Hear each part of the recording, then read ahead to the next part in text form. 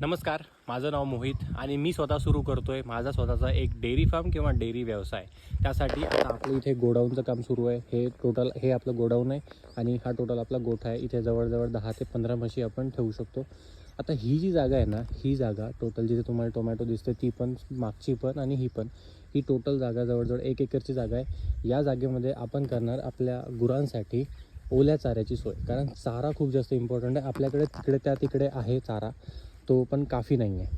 आपल्याला इथे पूर्ण ओला चारा करायला लागणार आणि या गोडाऊनमध्ये आपल्याला वर्षभरासाठी पूर्ण सुका चारा स्टोअर करून ठेवायला लागणार. कारण चारा जर नसेल ना तर तुमचा हा व्यवसाय कधीच सक्सेसफुल होऊ शकत नाही. कारण चारा खूप जास्त महत्त्वाचा आहे. तुम्ही टाईम पडल्यानंतर विकत घ्यायला जाऊ शकत नाही, कारण तो मिळू शकत नाही.